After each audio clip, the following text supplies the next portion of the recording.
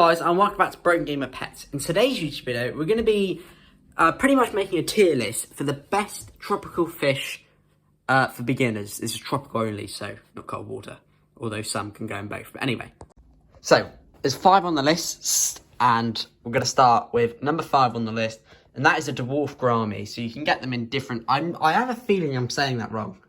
I don't know why, but I'll get a picture of them so you know what they look like. They go in tropical only, and they are generally all around a really cool fish to keep. Not too difficult. The only problem is with them, and I will say this, is that their lifespan is incredibly short. As you can see, I've got a cold water tank here. We're setting up hot water, tropical water soon. Wood and all that good stuff. Snails. Actually... Anyway, let's get into the next one, number 4. And this one can go in both, and I've actually got one in here now, and that is a platy. So platies can go in both hot and cold water. Platies come in a different variety. Well, there's like multiple, like literally thousands of different species. So I'm just going to get a picture of one on screen right now, as you'll be able to see it. I love platies. I think they're some of the best fish I think I've ever seen. Seriously, I generally mean that as well.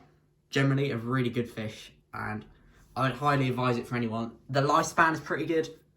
Food, they're not aggressive, they're just chillaxed. Everything about them is just pretty good, to be honest with you.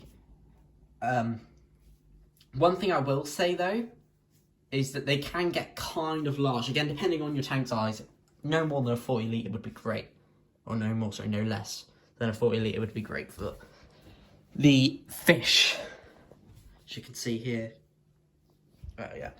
We're getting another one actually in a couple of weeks, so that's exciting.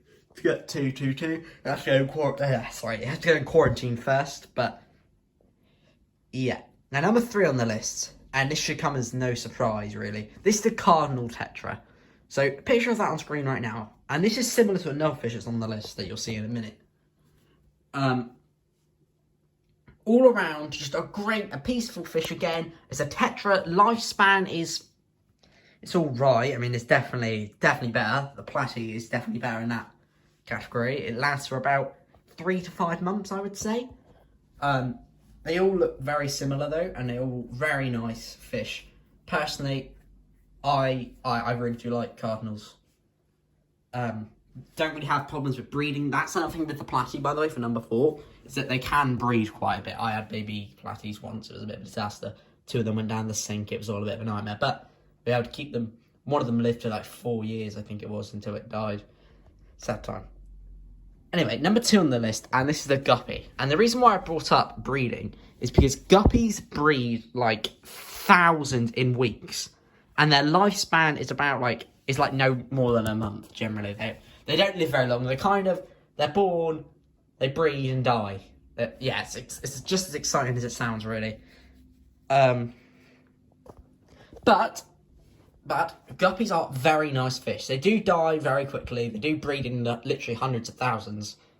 But they are all around a pretty good fish. I quite like the colours. You can get multiple different colours.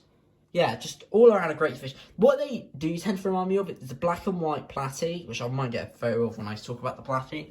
But like, you know, the black and white in the middle, but just with longer fins. I don't know why. But you can get different types. You can get ender guppies. You can just get the original guppies. You know, you can get fancy guppies. Loads of different colours.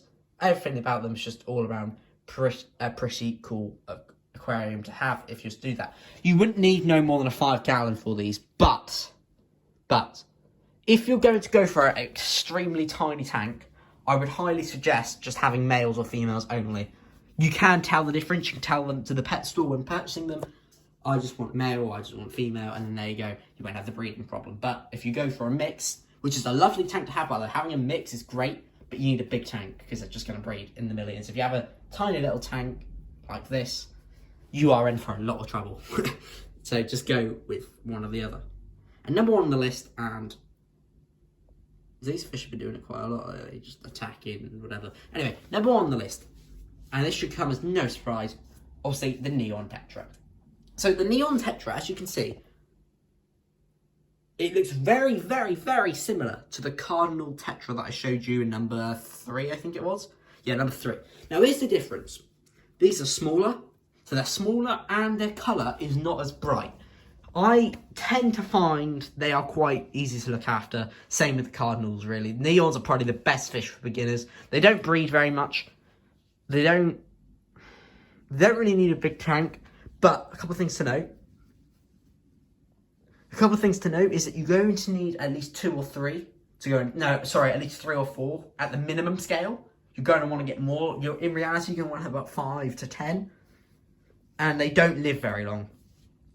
So personally, if I had to choose between neons or cardinals, I would 100% go cardinals. Love the bigger size, love the colour. A lot more than the neons. The neons are just a darker version. But neons are probably better for beginners. I am not a beginner though, so yeah.